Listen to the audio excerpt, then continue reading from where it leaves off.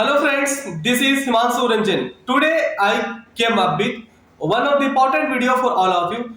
Today I invited Mr. Anirudh. He has done MBA from FMS Delhi से इन्होंने MBA किया है और he is currently working in PFC Maharatna company है. So today I will going to discuss with you everything in this video कि PFC में selection process क्या होता है. आपको जानकारी होना चाहिए कि PFC में सिलेक्शंस फॉर फाइनेंस पोस्ट के लिए CA को भी वहां पे सिलेक्शंस किया जाता है, CMA को भी किया जाता है और MBA को भी किया जाता है. ठीक है, तो this video is very informative and relevant for all of you. अगर आप CA हो, CMA हो या फिर MBA हो. ओके, सो हम सब कुछ डिस्कस करेंगे कि इनका सिलेक्शन प्रोसेस क्या था PFC में और इन्होंने जो पढ़ाई किया है MBA. सो MBA जो किए हैं तो वो कहाँ से किए हैं और वो इनका प्रिपरेशन स्ट्रेटजी क्या था. So I will discuss with you everything in this video. Okay, so Aniruddh, welcome to this channel Himanshu Classes. So first of all tell me about yourself कि आपने जो MBA किए हैं सो उसका प्रिपरेशन आप कैसे किए थे. आपने कैट का जो एग्जाम दिए थे तो उसमें आपका परसेंटाइल क्या था और आप अपना बताइए कि प्रिपरेशन स्ट्रेटजी थोड़ा. Hello Himanshu sir के viewers. My name is Anirudh Singh. I am from Mumbai. मैंने मुंबई से अपना 10th और 12th किया और उसके बाद हैदराबाद में महिंद्रा यूनिवर्सिटी से मैंने बीटेक किया एंड कैट की प्रिपरेशन के बाद जिसमें मुझे 99.97 परसेंटाइल आया. मुझे FMS दिल्ली में एडमिशन मिला and the topic of the video वहाँ से मुझे पावर फाइनेंस कॉर्पोरेशन में जॉब मिली as E3 assistant manager and it has been 1 month since I've joined. And CAT में बेसिकली 3 पार्ट्स होते हैं. पहला वर्बल इंग्लिश वाला, दूसरा DILR आपका डेटा और लॉजिक वाला और तीसरा क्वांट्स आपका मैथ्स.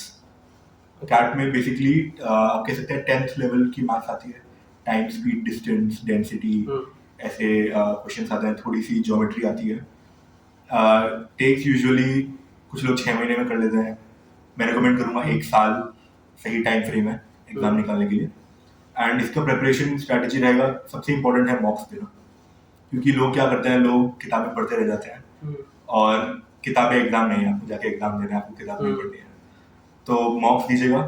मॉक्स में पहले आपको थोड़े कम परसेंटाइल आएंगे, उसमें अपनी मिस्टेक्स ढूंढिएगा, कहाँ आप स्लो हैं, क्या आपको नहीं आ रहा है, उसकी प्रिपरेशन कीजिए और मिनिमम मैं कहूँगा एटलीस्ट 50 मॉक्स दीजिए. अब 2 घंटे के होते हैं, मेरे टाइम में 3 घंटे का हुआ करता था. बट एटलीस्ट 50 मार्क्स दीजिए. उसको बैठ के आराम से रिवाइज कीजिए, पता कीजिए आपने क्या मिस्टेक किया और अगले मॉक में मत कीजिए. अच्छा, तो इसमें क्या कोचिंग लेना जरूरी होता है या फिर खुद से भी कर सकता है? मेजॉरिटी लोग कोचिंग लेते हैं बट मैंने कोचिंग नहीं ली थी. I prepared for my CAT when मेरी बीटेक का 4th ईयर चल रहा था एंड कोविड चल रहा था. तो मैं घर आ गया था. ये मैं बहुत लकी था इस चीज में. और घर पे बैठ के मैं अराउंड 10 घंटे पढ़ाई करता था रोज. और मुझे लगे करीब 8-9 महीने.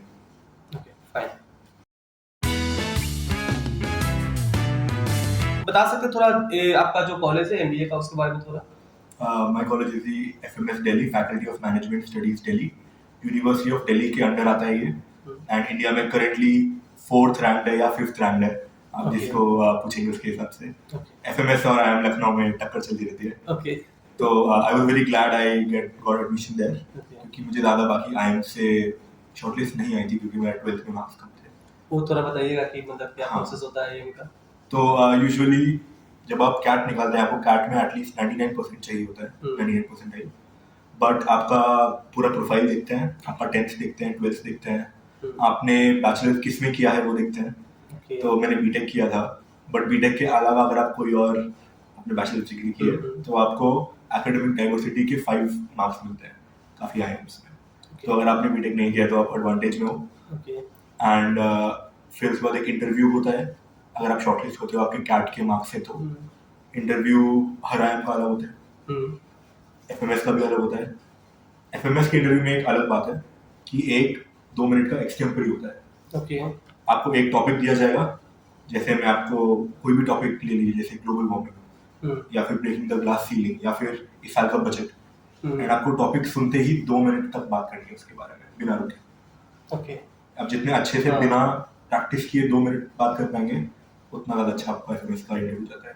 सिलेबस में क्या क्या जनरल रहता है कैट का सिलेबस में?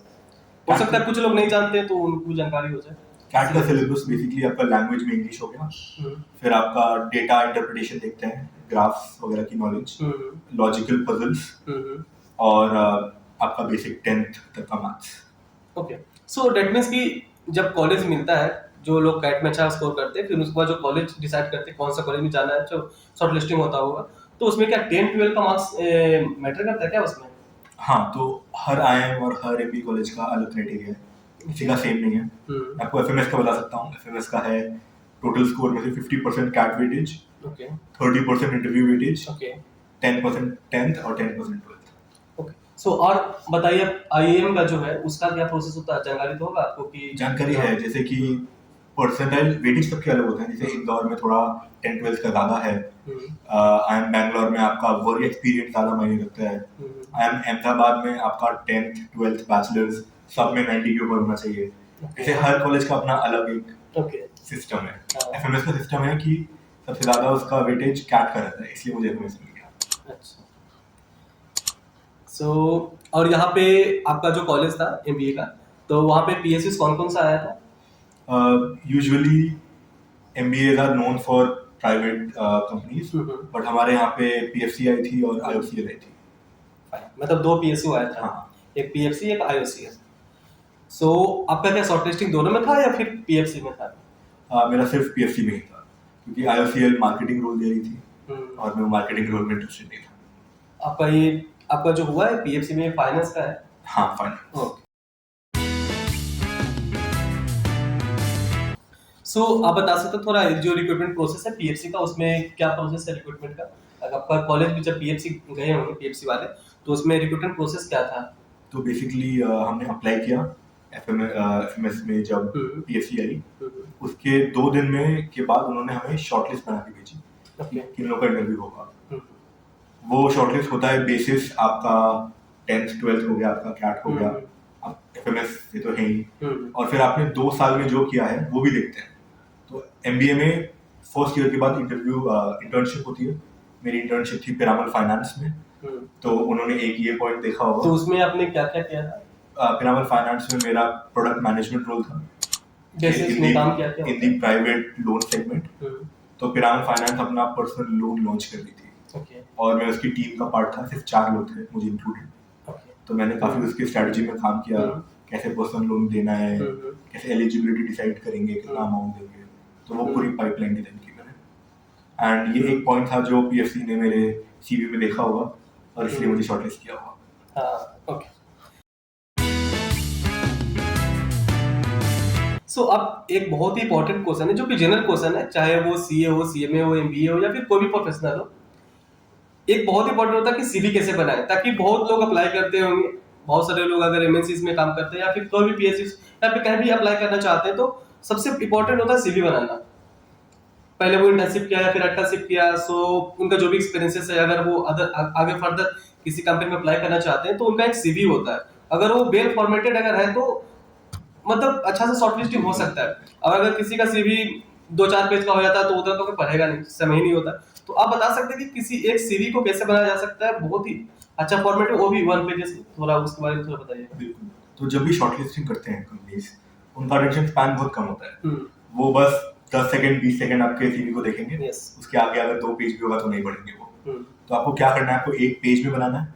हाँ, आपको ये नहीं सोचना है कि यार मैंने ये किया और ये बेकार है, कुछ भी बेकार नहीं है। हाँ, आप उसमें अपना एकेडमिक्स डालिए, अपना को करिकुलर डालिए, हम्म, आप कोई इंस्ट्रूमेंट बजाते हैं, आपको कॉमेडी करनी आती है, सब डालिए उसमें। हम्म, आपका जो रेलेवेंट वर्क एक्सपीरियंस है वो डालिए, आपने कोई आर्टिकलशिप की है, इंटर्नशिप की है, जॉब किया है। बट उसमें मोस्ट इंपॉर्टेंट चीज है जॉब इंटर्नशिप जो भी, उसमें 2 हेडिंग बनाइए। पहली हेडिंग होगा कि आपकी रिस्पॉन्सिबिलिटीज क्या थी, 3 से 4 पॉइंट में लिखिए कि आपने एग्जैक्टली आप किसके लिए रिस्पॉन्सिबल थे। हाँ, और दूसरा उसके नीचे हेडिंग बनाइए कि आपने क्या अकॉम्प्लिश किया, ओके, नंबर्स में कीजिए कि मेरे डिपार्टमेंट की पहले 80% एफिशिएंसी थी, मैंने 82 कर दी, या मैंने 5 क्लाइंट लाए, इतने करोड़ का बिजनेस सेल किया। मैट्रिक्स बहुत इंपॉर्टेंट, क्योंकि बोल तो कोई भी सकता है, हाँ, हाँ, बट मैट्रिक्स से मालूम पड़ता है आपने क्या काम किया। तो जस्ट मेक श्योर कि आपके CV में बहुत सारे नंबर्स हो, जो आप कह रहे हैं आपने किया है उसको नंबर से प्रूव कीजिए। मतलब पॉइंट वाइज आप मतलब बोल रहे हैं, मतलब सीवी में लिखने। सो आप अभी करेंटली वर्क कर रहे हैं एज असिस्टेंट मैनेजर पीएफसी में। सो वहाँ का वर्किंग कल्चर कैसा है पीएफसी में? पीएफसी या फिर कोई भी पीएफसी उसमें कैसा वर्किंग कल्चर होता है, बता सकते हो थोड़ा? So when I joined PFC मेरा उतना फाइनेंस में नॉलेज नहीं था। मैंने प्रोडक्ट मैनेजमेंट में इंटर्नशिप की थी, हाँ। But PFC is a very good organisation when it comes to learning.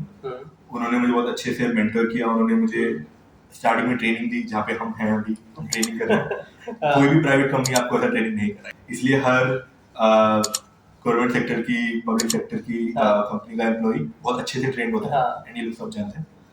And आपको बहुत अच्छे से, आपको कोई प्रेशर नहीं डालेगा। प्राइवेट में ज्वाइन करते ही पहले दिन आपको टारगेट मिल जाएगा और आपको जाके टारगेट चेज करना होगा। यहाँ पे आपको आराम से एम्पल टाइम देंगे, आपको सिखाएंगे, आपको बोलेंगे आप ये पढ़िए, और आपको the most important thing is आप सिर्फ सबसे नीचे का काम नहीं कर रहे होगे, आप पूरे कंप्लीट लोन साइकिल का काम करते हैं पीएससी में। तो हम लोन देते हैं पावर प्लांट्स को, इंफ्रास्ट्रक्चर प्रोजेक्ट्स को। तो आपका लोन देने से साइकिल के एंड में डिसबर्समेंट तक आपको पूरा प्रोसेस का जानकारी होती है। थोड़ा सा डिटेल बताइएगा पीएफसी के बारे में। लोगों को पीएफसी के बारे में पता है कि सेंट्रल गवर्नमेंट ऑर्गेनाइजेशन है, ठीक है, महारत्न अभी भी पता है, पर पीएफसी का काम क्या है वो लोगों को पता नहीं है, थोड़ा बताइएगा। तो जैसे इसका नाम है power finance corporation, PFC was founded by the ministry of power, India के पावर सेक्टर को कैपिटल देने के लिए, लोन देने के लिए। तो काफी बार क्या होता है कि कैश फ्लो होता है पावर प्लांट में, बट वो कैपिटल नहीं होता है टू एक्सपैंड देयर बिजनेस और इवन मेंटेन देयर बिजनेस। तो पावर फाइनेंस वहां आती है, उन्हें from around 5,000 crore to 100 crore का, 5,000 से 100,000 करोड़ का लोन देती है, जैसे कि पावर प्लांट चल रहा है, जैसे कि पन्ना और हमारे देश का पावर सेक्टर आगे बढ़ता है। अच्छा, ये जो पावर सेक्टर जो पीएफसी जो देता है वो क्या सिर्फ सेंट्रल गवर्नमेंट पावर सेक्टर को देता है या फिर प्राइवेट वालों को भी देता है?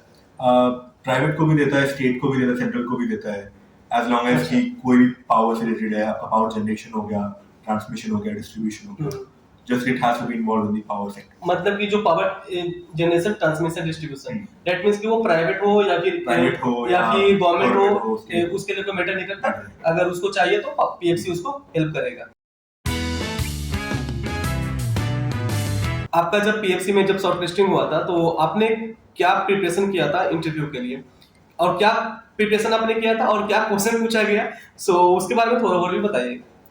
तो जब उन्होंने मुझे शॉर्टलिस्ट कर लिया, मुझे समझ में आ गया कि मेरी इंटर्नशिप की वजह से हुआ है ग्रामर फाइनेंस में, क्योंकि वहां पे भी मेरा काम पर्सनल लोन का था और यहाँ भी मेरा काम अभी लोन देना है, जबकि वो रिटेल लोन था, ये होलसेल लोन था। तो वो डिफरेंस मैंने सीखा कि जो मैंने किया था और जो करना है उसमें डिफरेंस क्या है।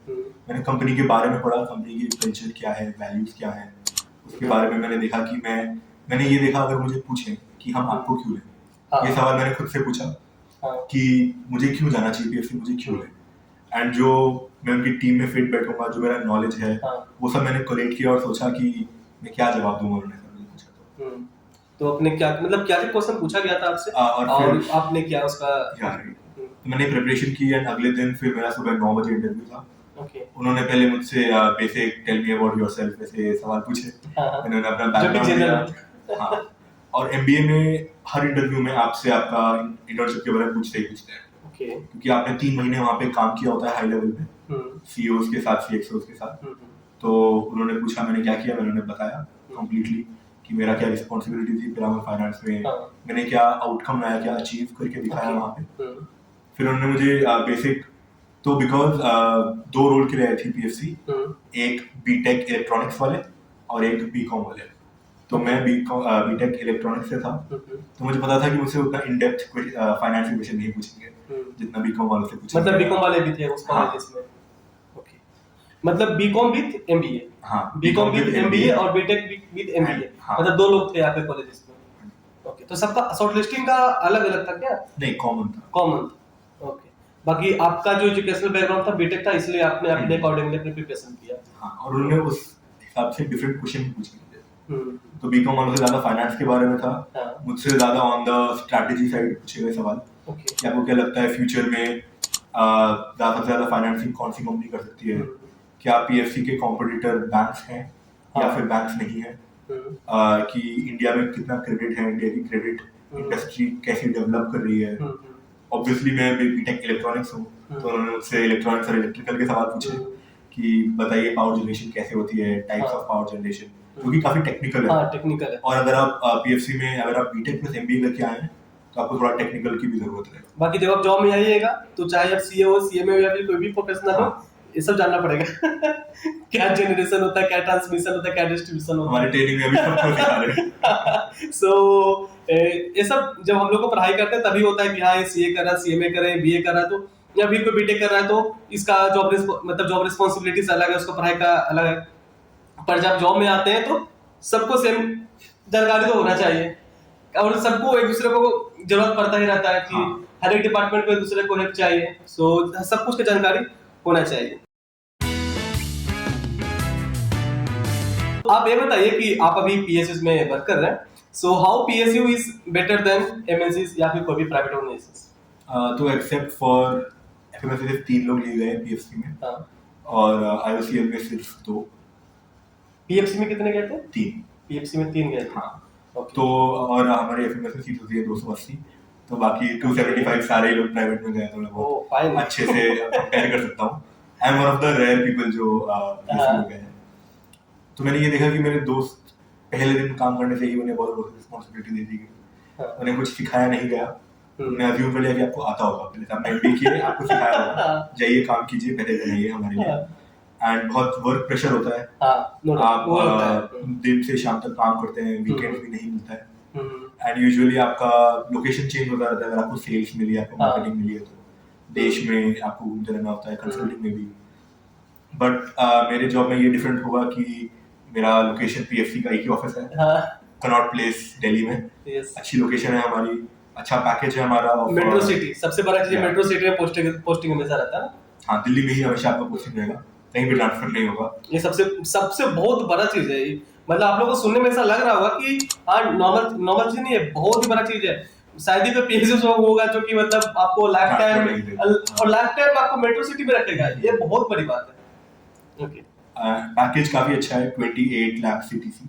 फाइन, इतना अच्छा पैकेज। Yeah. आपको मैं बता दूं, प्राइवेट जो भी कंपनी है, इतना पैकेज उसी कैंडिडेट को मिलता है 28 लाख, जो कि मतलब बहुत ही अच्छा टैलेंटेड हो और कंपनी को मतलब बहुत अच्छा आउटपुट दे सके और फास्ट वर्किंग हो, उसी को मिलता है। और बहुत प्रेशर भी रहता और बहुत प्रेशर रहता है उसके ऊपर, इतना प्रेशर रहता है ना कि वो फैमिली तो उसको फैमिली तो भूल जाए। जिसको 28 लाख का पैकेज मिल रहा है ना प्राइवेट हो या एमएनसीज में, तो वो मैं पहले बता देता हूँ, वो तो फैमिली से वो उसका कोई मतलब ही नहीं है। आपको एटलीस्ट बता देता हूँ कि कम से कम 14-15 घंटा काम करना पड़ता है। प्राइवेट वाला को कम से कम मिनिमम बता रहा हूँ 14-15 घंटा काम करेगा, तभी जाके उसको 28 लाख मिलेगा। और उतना मिलना भी बहुत मुश्किल है। वो नाम का 28 लाख रहता है प्राइवेट में, उसमें सारा कुछ आपको खुद से ही बियर करना होता है। आपका रेंट हो गया या फिर जो भी आपका बहुत सारे एक्सपेंसेस होता है, सारा कुछ आपको खुद पे करना पड़ेगा। और पीएसयू जो होते हैं उसमें आपको सारा रिस्पॉन्सिबिलिटीज, मतलब आपको सारा, मतलब कंपनी आपको उठा के रखा है, मतलब सब कुछ आपको देगा, कपड़ा से लेकर के मतलब एवरीथिंग, सब कुछ तो मिलता ही है। बिल्कुल। रेंट के पैसे मिलते हैं, हाँ। आपको हर चीज, यूनिफॉर्म, हर चीज का पैसा मिलता है। हाँ। बट एक बहुत जो इम्पोर्टेंट चीज है कि पीएससी में आके हम स्टिल सीख रहे हैं, हाँ। हम भी लर्न कर रहे हैं। यस, और हम जब तक भी यहाँ पे रहेंगे हमारे पास बहुत टाइम होगा और भी कुछ सीखने का और बहुत कुछ जानने का, जो कि प्राइवेट में नहीं रहता है, क्योंकि आप काम करते रहते हैं काफी। तो जैसे मैं अपनी फाइनेंस की नॉलेज बढ़ाना चाहूंगा, तो मैंने अभी सीएफए के लिए अप्लाई किया है, सीएफए लेवल 1 के लिए, और मुझे पीएफसी में एम्पल टाइम मिलेगा इसके लिए, हाँ। पढ़ने के लिए, हाँ। अपना और नॉलेज बढ़ाने के लिए, अपनी सर्टिफिकेशन बढ़ाने के लिए। तो that is a very good point. So I hope so कि this video is very informative and relevant for all of you। अगर कुछ और आप ऐड करना चाहते हैं तो ऐड कर सकते हैं, या फिर हम लोग वीडियो यहीं तक रखते हैं। मैं बस ये कहना चाहूंगा, लोग कहते हैं कि ये एग्जाम डिफिकल्ट है, वो एग्जाम डिफिकल्ट है। हाँ। ये सब के बारे में तो नहीं पता, बट मैं कैट के बारे में बोल सकता हूँ। कैट जनरली उतना डिफिकल्ट नहीं है, ओके, अगर आप टेस्ट के हिसाब से सोचे तो। किताबें उतनी मत सॉल्व कीजिए, जाके मॉक दीजिए। मॉक देने में डर लगता है, सबको ही डर लगता yes, है कि कम नंबर आते हैं, बट बट अगर आप वो करेंगे तो ही आपके एक दिन नंबर ज्यादा आएंगे। जब आप मॉक जो आपकी गलतियां हैं उन्हें एनालाइज करेंगे और उन्हें फिक्स करेंगे तब। okay, so I hope so कि this video is very informative and relevant for all of you।